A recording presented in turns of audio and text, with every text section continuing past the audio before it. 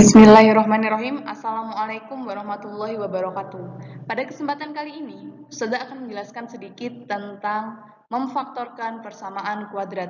Sebelumnya, kita harus ingat terlebih dahulu bentuk umum persamaan kuadrat. Bentuk umum persamaan kuadrat di sini adalah ax kuadrat ditambah bx ditambah c sama dengan 0. Di mana a dan b merupakan koefisien, x kuadrat dan x merupakan variabel. X kuadratnya merupakan variabel pangkat 2 dan x-nya merupakan variabel pangkat 1. Dan c-nya merupakan konstanta. Nah, kalau kita punya sebuah persamaan kuadrat seperti berikut, cara memfaktorkannya adalah dengan mengubah bentuk ax kuadrat ditambah bx ditambah c sama dengan 0 ke bentuk ax plus b dikali ax plus q per a sama dengan 0. Nah, untuk mencari nilai p dan q-nya, kita bisa mencari dua bilangan yang ketika ditambahkan nilainya sama dengan b, dan ketika dikalikan nilainya akan sama dengan a dikali c. Mempermudah kalian, sebaiknya kita mencoba langsung ke contoh soal yang ada angka-angkanya. Contoh soal. Tentukan nilai x yang memenuhi 3x kuadrat ditambah 7x ditambah 4 sama dengan 0. Langkah mengerjakannya, yang pertama, pastikan bentuk persamaan sudah sesuai dengan bentuk umum persamaan kuadrat. Apakah 3x kuadrat ditambah 7x ditambah 4 sama dengan 0 sudah sesuai dengan bentuk umum persamaan kuadrat ax kuadrat ditambah bx ditambah c sama dengan 0?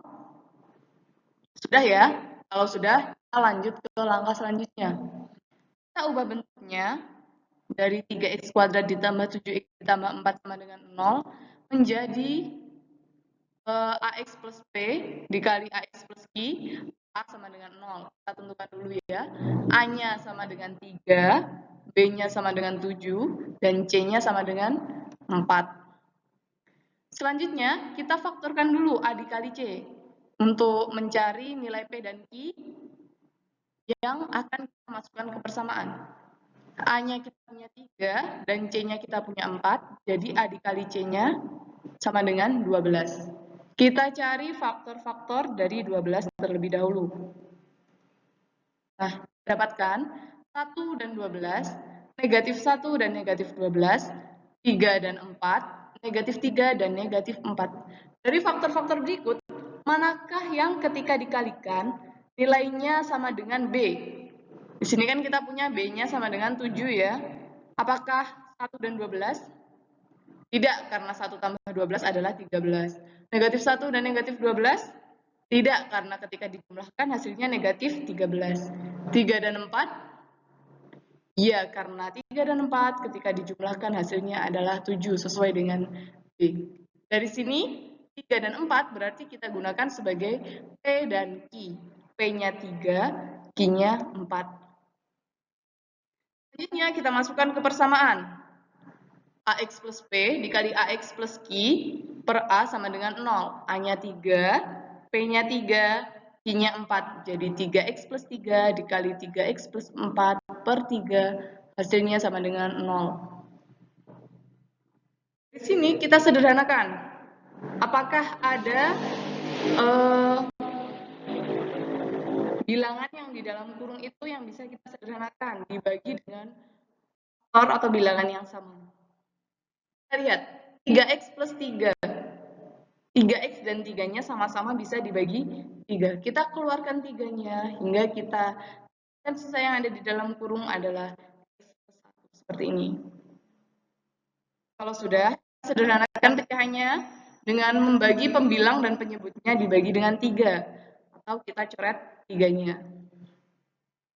Selanjutnya kita peroleh x plus 1 dikali 3x plus 4 sama dengan 0. Seperti yang sudah pernah saya sebutkan sebelumnya, kalau ada dua bilangan yang ketika dikalikan hasilnya 0, berarti kemungkinannya salah satu bilangan tersebut bernilai 0 atau kedua-duanya bernilai 0. Jadi x plus 1-nya sama dengan 0 atau 3x plus 4-nya juga sama dengan 0.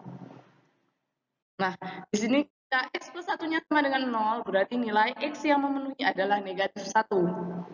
Dan ketika 3x plus sama dengan 0 berarti 3x sama dengan negatif 4 dan nilai x yang memenuhinya adalah negatif 4 per 3. Jadi kita peroleh nilai x yang memenuhi persamaan 3x kuadrat ditambah 7x ditambah 4 sama dengan 0 adalah x sama dengan negatif 1 atau x sama dengan negatif 4. Dari sini ada yang mau ditanyakan? Silahkan dipelajari kembali. Ustazah akhiri. Wassalamualaikum warahmatullahi wabarakatuh.